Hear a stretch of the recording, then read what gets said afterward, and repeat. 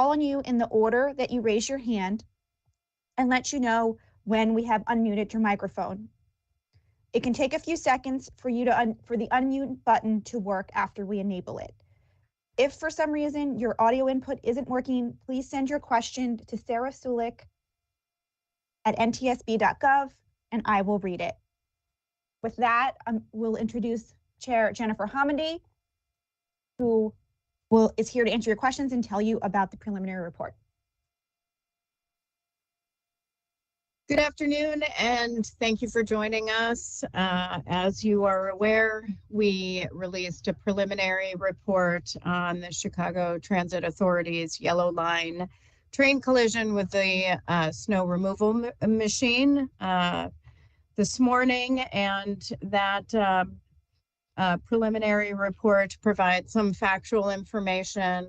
It does not contain analysis, and I'm sure there's a number of questions about both the preliminary report and then our ongoing work. I will say we issue a preliminary report that lays out factual information. Over the course of the next several weeks and months, we will be collecting additional factual information, and at some point we'll return. We'll then move on to the analysis phase of the investigation, and then moving into the final report stage. So with that, I will just go right to questions. Just as a reminder, use the raise hand icon at the top of the screen, or in the options if you're on mobile. We will answer questions in the order that they come in and let you know when we've unmuted your microphone.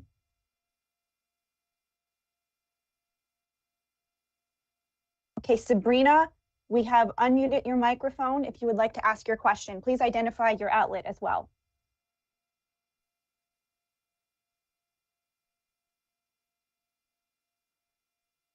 You will. Sorry, I think my microphone was still muted. Can you hear me now? That's okay. We can hear you. Yes. Okay, great. My name is Sabrina. I work for CBS in Chicago. I wanted to ask for any information that you're able to provide on the timeline of when the operator knew that there was a snow machine plow on the tracks, because it said in the preliminary report something to the effect of they knew where it was there, but not where it was. Anything that we can learn about why that was? So that's not unusual in these transit operations. They will know, the operator itself will know what is on the track and that there is snow removal equipment in this particular instance. And so, but they would not know specifically where on the track that will be. The signal system was designed so that it would stop the train or signal to stop the train if the operator went past the signal and for some reason didn't slow the train, it would begin to stop the train. But in this case, as in many cases in transit, you would not know the specific area or where in the mileage that that snow equipment would be. It's not unusual. So if I could just ask a follow-up question, does that mean that the signal equipment wasn't working properly if it didn't stop the train in time? No, so just to sort of back up and talk about, go back to where we were when I was giving the last press briefing on scene.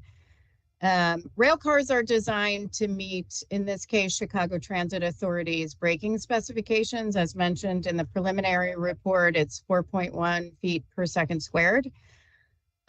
This signal system at the accident location was configured to allow a stopping distance of 1,780 feet or less. If you were on this, if you were creating the system today, if you were creating if it was a new installation, the signal system would be designed to create a 2,745 foot or less stopping less stopping distance. You would have to provide more stopping distance. And so therefore, we're going to do some testing. This leads us to further testing of the rail cars themselves and the system itself. Okay, thank you so much, Sabrina. Our next question is going to be from Mitch Armentrout. Mitch, we just unmuted your microphone. You should be able to turn it on in a moment and ask your question.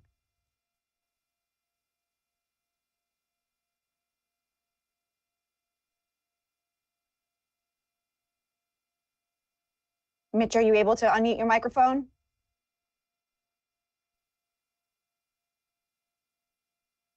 Sorry, here we are. Mitch Armentrout from the Sun-Times here. I was curious, has the NTSB requested that the CTA keep the yellow line closed, or is that up to the CTA at this point? That's up to the CTA. We turned the site over to CTA on November 20th. So now it's CTA's decision on when they will reopen the line. Thank you, Mitch. Our next question is from Karen Jordan. Karen, if you could please identify your outlet. Your microphone is now unmuted.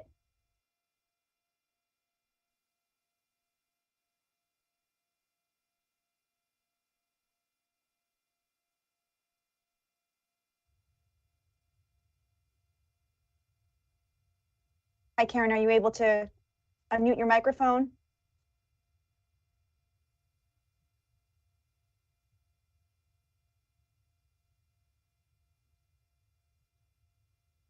Okay, Karen, if you could email me your question, I will ask it.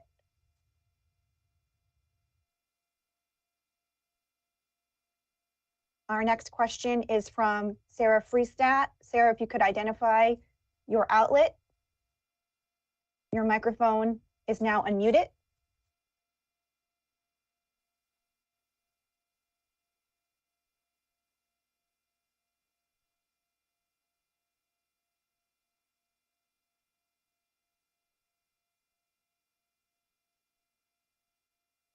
Sarah, are you able to use your microphone?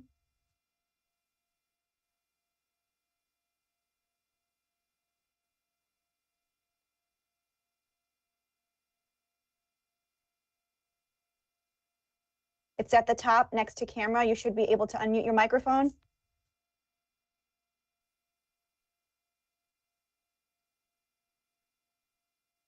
Okay, Sarah, if you could email me your question, I will ask it.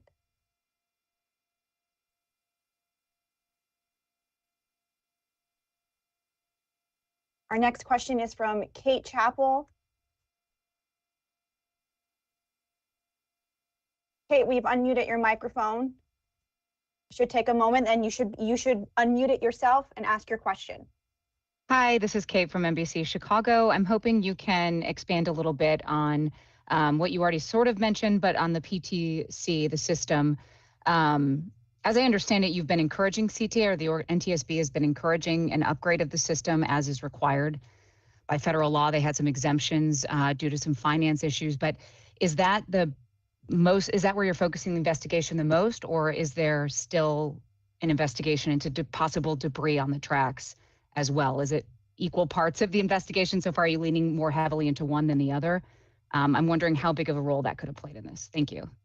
Okay, let me take the last question first. We are an organization that does not rule out anything, especially in the early stages of an investigation. We go very broad. And then at some point during our analysis, we then start focusing into certain specific areas. So right now, let me sort of talk about what the team is going to do and what you can expect. The team expects, if CTA provides all the information that we've requested so far in order to develop our testing protocols, we do require some information from CTA.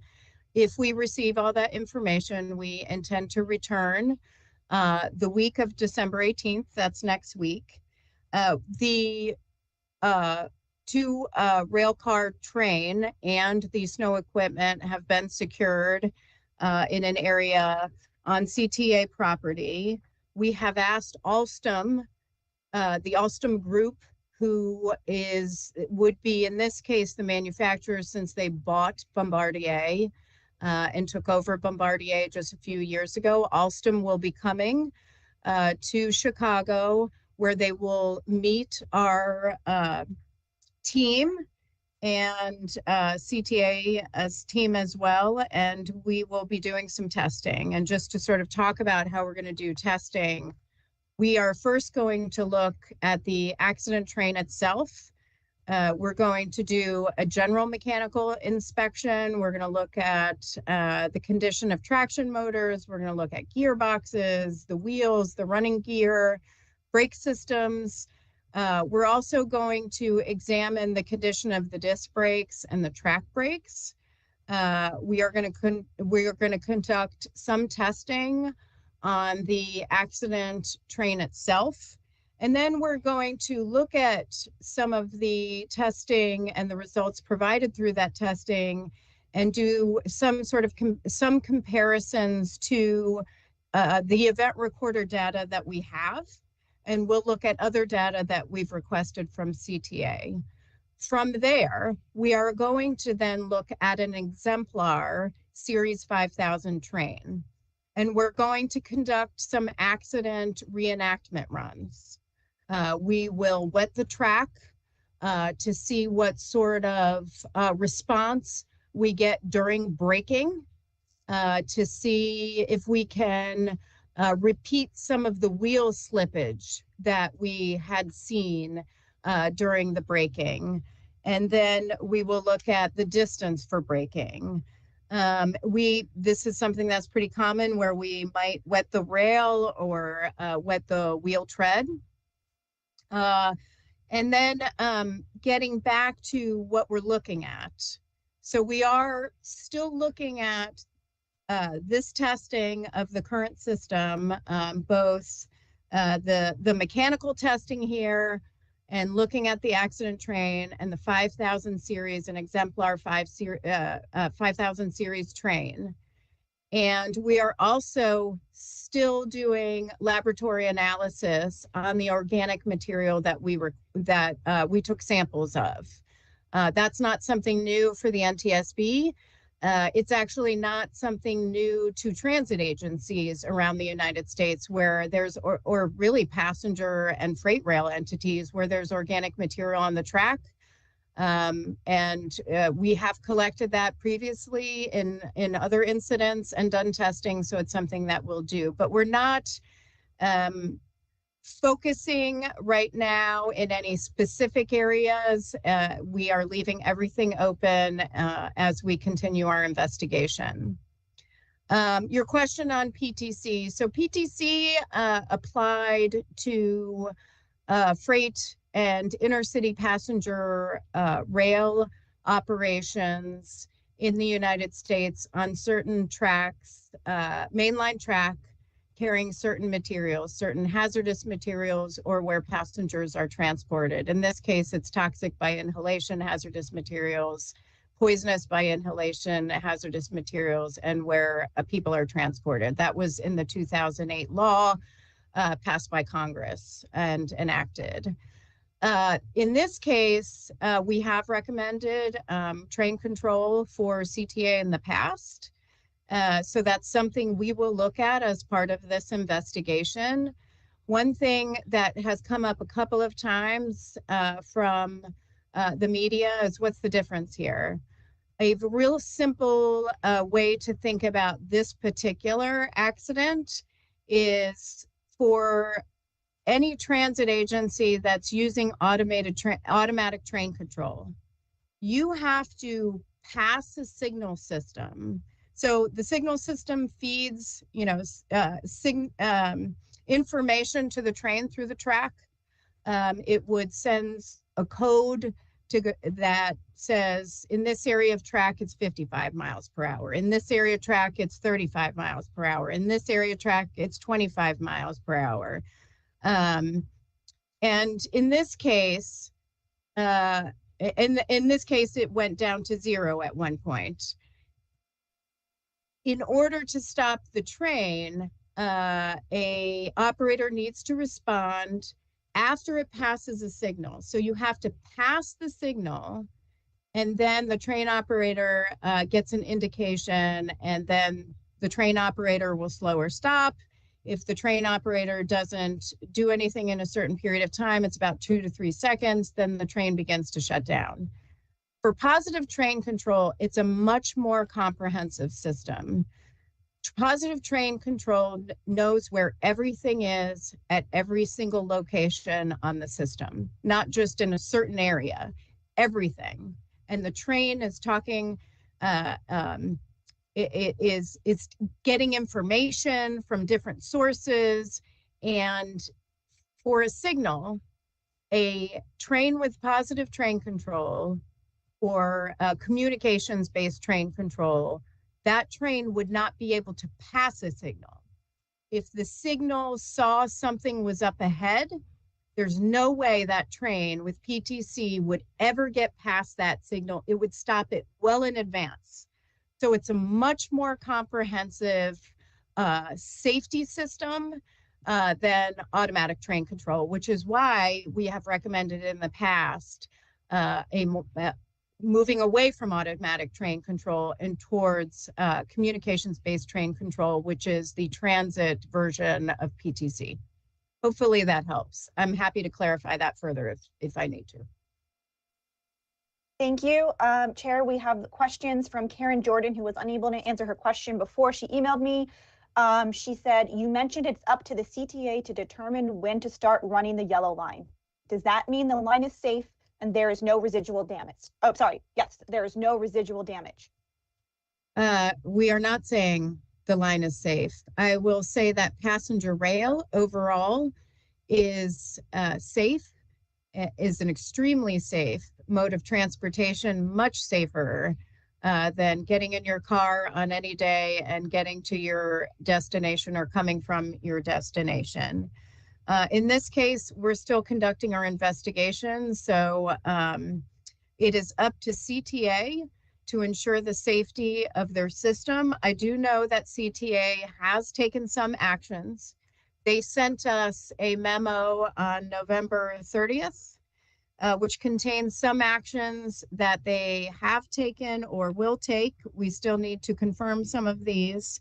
One of those is they have reduced the maximum allowable speed on the yellow line from 55 miles per hour to 35 miles per hour and reduced the speed at this particular area of the accident to 25.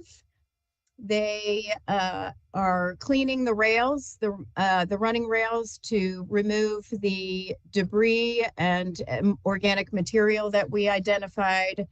They have stated they are going to modify their track maintenance program to ensure that that work continues. They are doing what is called manual blocking. So there will be some verbal commands from their control center regarding equipment or the movement of revenue trains, which they believe will enhance safety. They have instituted some additional supervision, and they are beginning a messaging campaign with all operators to ensure everyone is aware of the changes that they are making in the system. They have not indicated any changes to the design or configuration of the system right now. So that is something, again, we are still doing some testing on. Okay, Chair, I have another question from Sarah Freshdat, who is from the Chicago Tribune, who was unable to get her microphone to work. Her question is, Chair Hamady has said that there was a flaw in the way the signals were designed and the train needs longer to stop than the signals were designed to allow. Who is responsible for setting the 1,780-foot stopping distance? And who would be responsible for updating it? Is it the CTA, the signal company, or is it set by somebody else? So CTA is responsible for all safety on their property. So CTA sets their signal system. CTA deals with their train performance and train design. They set stopping distance and the configurations of their signal system. Okay, our next question will come from Claire Savage. Claire, we've unmuted your microphone. You should be able to unmute yours if you could identify your outlet when you ask your question. Claire Savage, I'm with the Associated Press. Can you hear me okay? Yes. Yes. Great. So from my layman read of the preliminary report today, it sounds as though the train should have only needed 1780 feet, and then the operator saw the signal came through that the train needed to stop when there was more than 2,000 feet left. And then the report said that the operator braked immediately and then also did an emergency brake process. My read of that is that it was a system problem and the operator was not at fault. Is that accurate? At this time, and again, things change throughout an investigation as we collect more information, but our review of all the locomotive event recorder data, all the data we've received, and all the testing we've conducted indicates to us that the operator did not do anything wrong. I will say I have viewed the recorder, the inward-facing camera of the operator along with the team, and the inward-facing camera showed that the operator was in the position that he should have been in. According to CTA rules, CTA operating rules require their operators to be standing, including when there's a collision. The operator remained standing throughout, was very engaged, and looked to be in full control. I will say we had conducted some interviews, and he mentioned in those interviews that he was having some difficulty in stopping the train. We know from our review of event recorder data that the system that is designed to prevent or slow or stop wheel slippage was engaged the entire time. So that confirms some of the what he experienced during the operation of the train. So we don't believe that the operator at this time was in any way at fault or in any way at fault. What I will say is with respect to, let me clarify a little bit on the stopping distance. CTA's Yellow Line is designed, so the signal system is designed so that, and configured to allow a stopping distance of 1,780 feet. If you took that yellow line today, let's say the yellow line didn't exist, and today you came in and put in a new yellow line, the stopping distance CTA would have to put in is 2,745 feet. That is how their signal system would need to be configured at this location, at the accident location. So a new line there would need a greater stopping distance. We know that today. So that begs the question of, okay, why was it 1,780 feet? Why not longer? Why wouldn't you expand to a signal prior to this?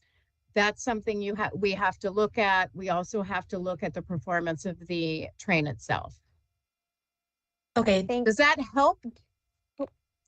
All right. Sorry. I want to make sure I answered the yes. question. Okay. Yes. Okay. All right.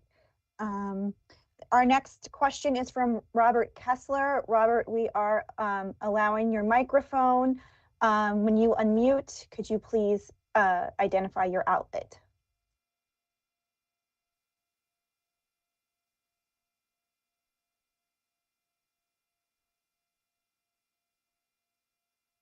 Can you guys hear me? Yes. I'm with WGN Radio. So how old is this automated system that the CTA has, and would a newer system have possibly prevented this from happening? So I don't have that information right now on when the automatic train control system was installed for CTA, but that's something that Sarah can follow up with you on, Robert, and provide anyone else if you need that information. Communications-based train control is the transit agency's version of PTC, or positive train control. Positive train control is a safer system versus ATC overall. Your train, you could do nothing, and as an operator, and your train would be designed to stop before a signal. You would not be able to run through a signal at all. It would catch you before you even got to the signal. It would know what was ahead, and it would take action even if the operator did not. That's the difference between ATC and PTC here, where you have a much more comprehensive and safer system. But could something have failed within the system itself? Some kind of bug of some kind? Is that a possibility? With PTC or ATC, or just in this one? Whichever one CTA uses, I don't recall.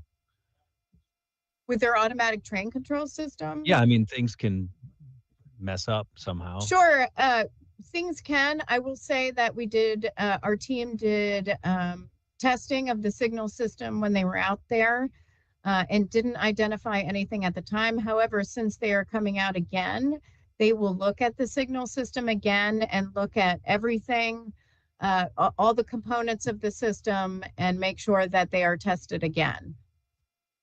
Okay, thank you. Sure.